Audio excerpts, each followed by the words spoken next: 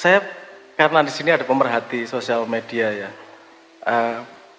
saya boleh berbicara lebih dalam nggak soal itu? Saya kemarin kemarin sempat pendadaran. Saya berhadapan dengan 12 profesor dari ekonomi, psikologi, social science, bukan natural science ya, beberapa social science terhadap gagasan. Karena saya memiliki gagasan. Gagasan saya adalah begini. Ini ada fundamental crux apa bahasa Indonesianya? Ada kunci fundamental yang membuat keadaan berubah dengan sosial media ini, yang sebenarnya jawabannya ada di Islam. Alhamdulillah, hipotesis saya bertahan dan tidak ada yang bisa membantah. Tapi langkah berikutnya saya mau tidak mau harus ngajak teman-teman ini untuk membuat something. Karena begini, urutannya begini, saya urutkan ya sedikit ya, urutannya begini. Semua makhluk hidup di dunia itu pasti berkompetisi. Tidak ada yang tidak. Semua makhluk yang bergerak itu pasti berkompetisi. Kalau hewan yang maling menang kompetisinya, dia punya hak, punya anak. Betul nggak? Sing menang tarung, sing menang apalah terserah, dia punya anak. Jadi kompetisi ini pemenangnya akan direplikasi. Nah, di dunia manusia juga terjadi kompetisi. Tapi kalau di dunia hewan, kompetisinya kan survival, sederhana. Siapa yang paling survive, dia akan bisa meneruskan keturunan.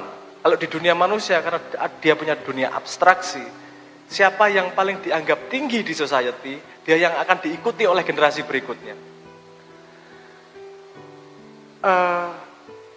Kalau saya menyebutnya, sejak keluar bukunya Luca Pauli yang berjudul Summa de Arithmetica, di situ menunjukkan metodologi double bookkeeping tentang uang itu tadi. Itu awal-awal kapitalisme terjadi.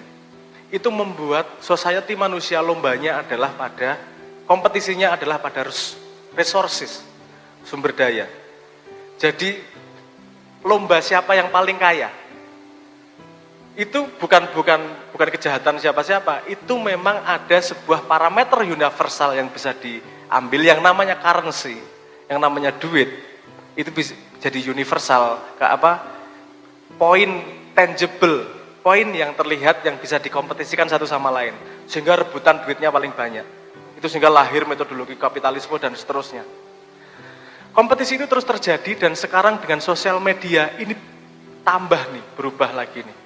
Kompetisinya adalah ketika like menjadi tangible. Like, subscriber, viewer menjadi tangible. Bisa dilihat jumlahnya berapa. Jadi rebutan follower, rebutan subscriber, rebutan terkenal. Dan itu yang membuat society sekarang arahnya adalah ke rebutan like. Generasi berikutnya akan seperti yang bikin YouTube tadi. Generasi berikutnya akan mencari cara bagaimana dia mencari like sebanyak-banyaknya. Bikin konten boh aneh, boh seperti apa, pokoknya like sebanyak-banyaknya. Karena yang dianggap tinggi adalah yang like-nya terbanyak. Sehingga dia terjadi regenerasi yang jenisnya seperti itu. Ini society, saya 5 tahun yang lalu sudah ngomong, ini society hancur kalau seperti ini. Kenapa? Karena yang dianggap tinggi, dia akan punya posisi tinggi di society. Dia yang like-nya banyak, ini akan jadi punya posisi besar di society. Ini terbukti dengan Jokowi dan Prabowo kemarin ketika rebutan trending topik setiap hari. Yang like-nya paling banyak, itu jadi presiden kemudian. Ini kalau pemimpin kita berdasarkan suka, bukan berdasarkan kapabilitas, efeknya adalah yang buat undang-undang Anda adalah Mulan. Tahu Mulan? Makhluk paling seksi di dunia itu loh. Oh. Dia jadi anggota DPR yang menandatangani undang-undang yang akan dipakai orang seluruh Indonesia. Saya nggak ngomong dia tidak kompeten ya, tapi jelas dia menang di situ karena popularitas, bukan karena kapabilitas. Gimana sebuah society dipimpin oleh popularitas, bukan oleh kapabilitas. Kita bisa lihat sendiri banyak negara sudah mulai hancur karena kepemimpinannya adalah dari popularitas, sehingga lahir populisme dalam geopolitik 10 tahun terakhir. Populisme sangat tinggi. Nah, hipotesis saya adalah begini. Di Islam di Islam punya hipotesis tentang ini loh. Kamu berlomba boleh loh. Tapi lombanya dalam kebaikan. Fastabiqul khairat. Di Islam mengatakan lombalah dalam kebaikan. Cuman kebaikan ini belum tangible sehingga tidak bisa dijadikan lomba bersama. Siapa yang paling baik? Siapa yang paling bermanfaat untuk orang lain?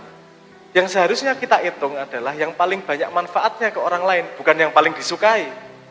Karena kalau orang punya manfaat ke orang lain lebih banyak, berarti kapabilitasnya lebih tinggi pasti. Kan gitu. Jadi parameter sosmed yang baru seharusnya bukan urusan like saja. Like nggak apa-apa, tapi juga urusan kapabilitas terhadap sebuah ruang kajian tertentu. Ruang kajian kayak biologi, kayak kesehatan, sehingga hoax itu bisa kita hadapi dengan cepat juga. Kalau kita mau nanya soal virus, tanya pada yang manfaatnya banyak nih di soal virus nih. Berarti dia ahli soal virus nih, karena dia memberi edukasi yang banyak kepada orang lain, misalnya begitu. Nah, hipotesis saya kepada mereka adalah, dan ini sudah sempat didengarin negara, walaupun belum ada follow up-nya sampai sekarang. Saya ngomong, ini seluruh dunia sedang mengalami stagnasi terhadap keadaan yang baru. Tidak ada jalan keluar nih. Dan saya mendefinisikan, ini bukan salah siapa-siapa, ini salah karena ada sebuah parameter tangible yang bisa dipakai bersama untuk berkompetisi. Dan parameter itu tidak menghasilkan generasi lebih baik. Parameter itu menghasilkan generasi yang lebih narsis. Jadi kita akan menghasilkan generasi-generasi narsistik. Itu ancaman milenial paling besar adalah mereka terdorong untuk narsis, untuk eksistensial. Bukan untuk manfaat, untuk eksistensial. Kenapa? Karena manfaat belum ada parameter tangible-nya. Kalau belum ada gimana? Dibuat. Itu yang saya lakukan sekarang. Saya sekarang membuat prototipe sosial media. Ya mau gendeng lawan karo Facebook, karo Twitter, karo Instagram, edan lah. Nggak masuk akal itu ngelawan mereka. Tapi saya merasa ini adalah jawaban yang pantas saya meletakkan perang hidup saya di situ.